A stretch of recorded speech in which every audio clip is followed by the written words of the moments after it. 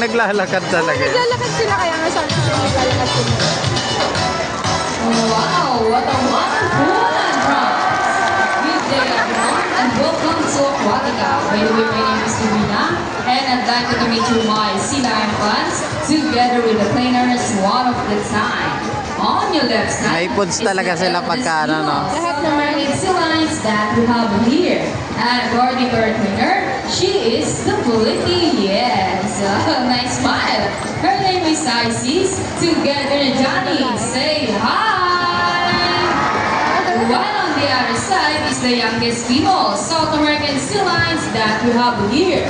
And according to our trainer, she is the cutest. So, don't be shy, girl. Her name is Kyla. Together, in her marks, say hello.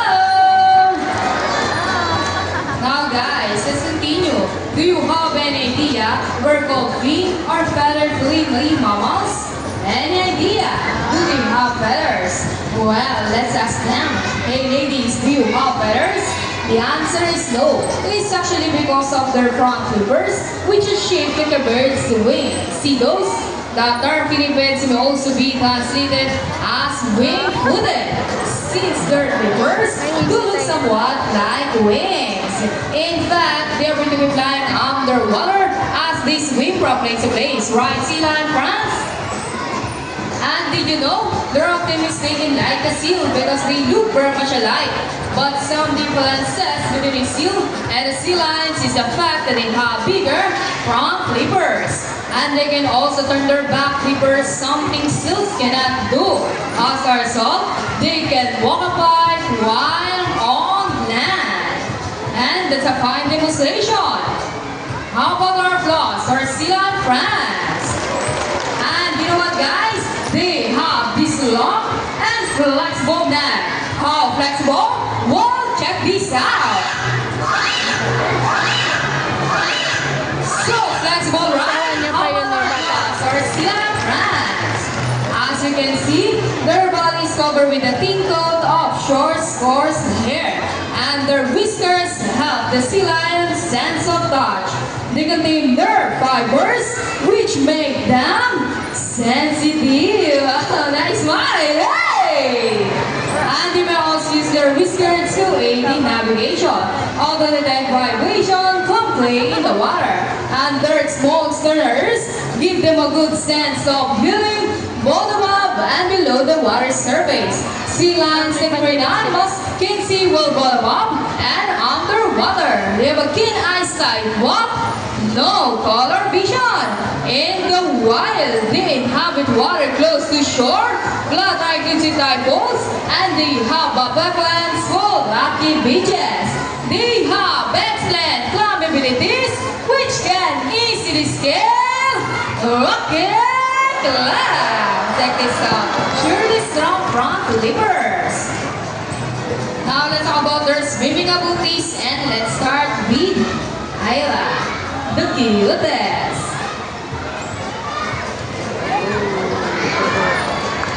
Sea lions can generally cruise at around 11 miles per hour using the flowing movements of their front flippers, while their back flippers are stretched out behind their bodies, functioning as ladder for sitting. And that is the normal swim. Nice and easy. Thanks so much, Ayla and Trainer Mark.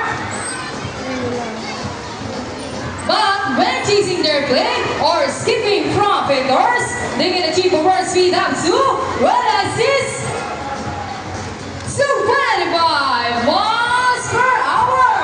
And that is so fast. How about our class or ISIS? The Philippines, yes. Wow, nice slide.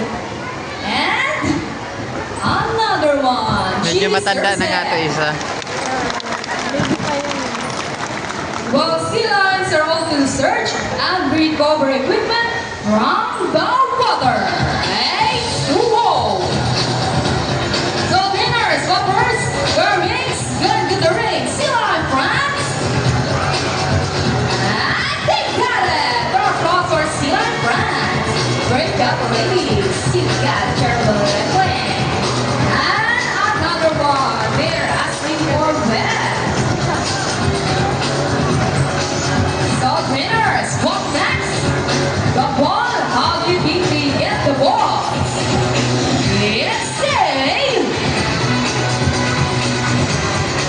Wow, guys!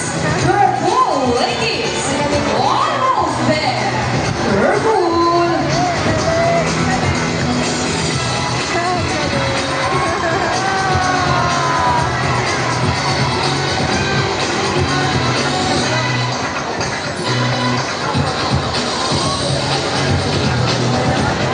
Come on, Emma!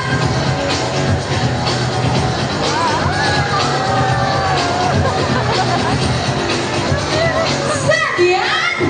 One step there! Ang galing. Those are slide runs. Excellent work, ladies. This time, would you love to see a dance number from our sea lion friends? Hey guys, where's the energy? Would you love to see them dance? Now we go, maestro!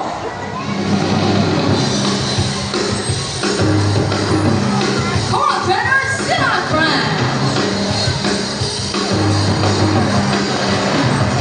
Let's go! Clap your hands, everybody! Come on! Now, ladies, settle down this side by side.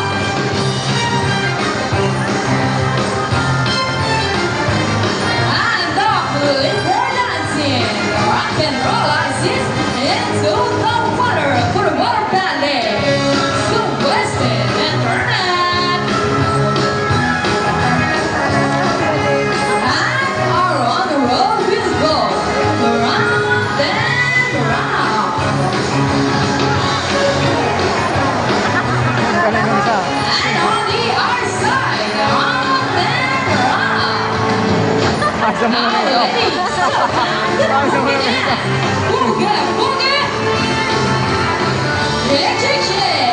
And our favorite part, the booty shake. Shake the squeeze. Come on, trainers, yeah, wow. And keep on rolling. Nice job. Now, ladies, show them what you got. People of the crowd, brother, come around, cause this is the best part. Steady and...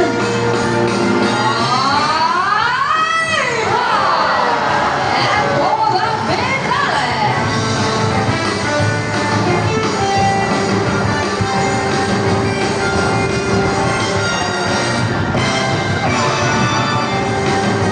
Steady and let's go! Yeah! Our applause for Sea Lion fans and the trainers as well for the main dance number. Peace. So we hope you all enjoy spending your morning here at Aquatica with the new Pong friends, the South American Sea Lions, Isis, and Ada. And we also hope that even after you leave, you will experience you wherever you go. And remember that what we do here on land greatly affects our plants in the sea. Sea lions can grow in mammals and survive in the natural environments. So let's keep our surroundings clean. Aside from pollution, there are many other threats to the survivals all over the world, such as climate change and illegal hunting. You can know about these inside our scenario. Always keep in mind that we are here with the more